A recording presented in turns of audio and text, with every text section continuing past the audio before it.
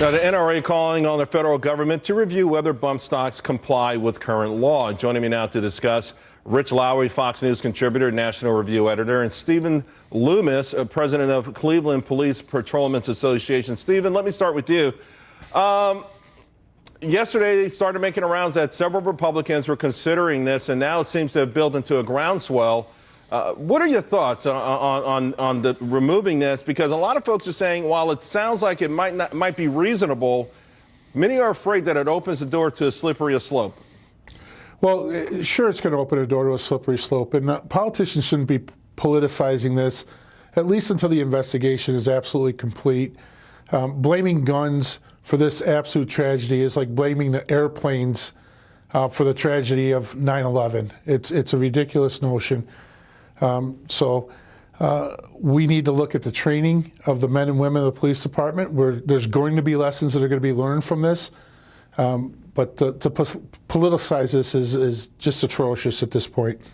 And yet, Rich, kind of shocking how many Republicans are alluding to that they're open to the idea, and it feels like several of them are prepared to vote on either curbing this or removing it altogether. Yeah, well, the NRA statement today is a real green light for further action on the regulatory front or legislatively on these devices. And they clearly are a loophole. We've basically banned automatic weapons for a long time now, and this is a way to get around this ban. If Congress were acting rationally, what it would do, make these devices harder to get and make silencers easier to get. There's no reason. Silencers slash suppressors. What about the notion of reciprocity, though? Because that's what was in the NRA statement. Hey, this is an issue that perhaps should be reviewed. They didn't, they haven't gone as far as saying nix it, but let's obviously review it. To your point, see if it meets the criteria of the law. But while we're at it, for the mass majority, the 5 million members of the NRA and others, what about the issue of reciprocity?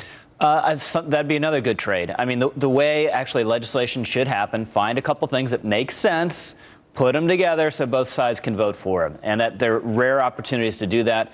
But something more regulation on bump stock and loosening up elsewhere it makes sense would be a good deal. You know, Stephen, when I hear, though, the mainstream media, Hollywood celebrities, and the same vocal critics on the left, I worry along with you that you open the door to this and it becomes that the gun is the culprit here. And we hear it all the time. 500 murders in Chicago. It's not the people who are shooting each other. It's the availability of guns. It's always an inanimate object that becomes the villain. And if somehow we deal with that, we'll erase the problem. Yeah, to politicize it's just, like I said, it's atrocious. You cannot legislate against crazy. And that's exactly what we have here. You can't plan against crazy.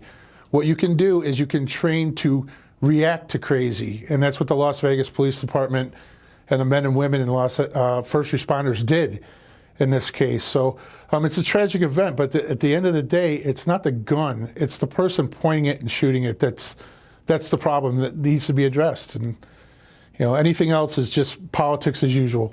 And almost all, Charles, the proposals you hear in the wake of an incident like this have nothing to do with stopping the incident. Universal background checks. Well, this shooter passed background checks because he didn't have a criminal record and he wasn't adjudicated for mental illness in any way. When Hillary Clinton brought up suppressors, and wow, if those were more widely available, people wouldn't have been able to hear the gunfire, showed the complete ignorance that she has and most gun control advocates have on the issue of firearms.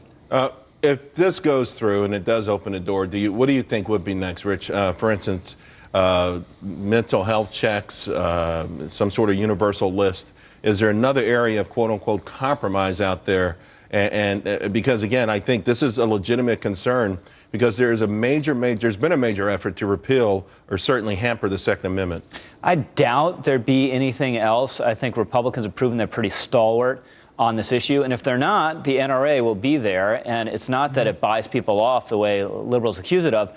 It's a citizens' lobby that has massive popular support in the country and will bring that pressure to bear on anyone who buckles on this. Yet NRA considers itself the oldest civil rights organization in the country. Stephen, as a police officer, your thoughts on what you've witnessed from your fellow officers in Las Vegas over the last few days. The world is applauding, and I just wanted your thoughts. Yes.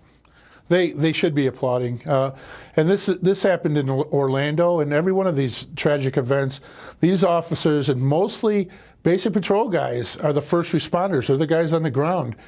We have elite groups of SWAT units and things like that, but most of the time when these things happen, it's the guy on the ground, the basic patrol guy that's responding, and they did a heroic job to get up to that room and divert this crazy person's attention away from what he was trying to do.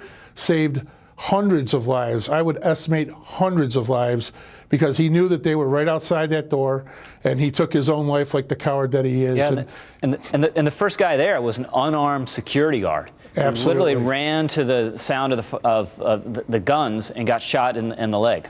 Rich, yeah, there was not a first responder within earshot of those gunshots that did not immediately think about how to save people, how to help injured people, and how to get this guy to stop shooting that gun.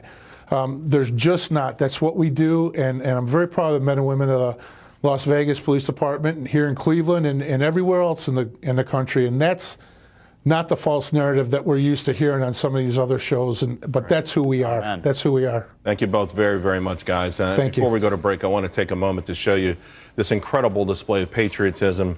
Despite being shot in the leg during Sunday night's rampage in Las Vegas, Thomas Gunderson found the strength to stand Wednesday when President Trump and the First Lady visited his hospital room.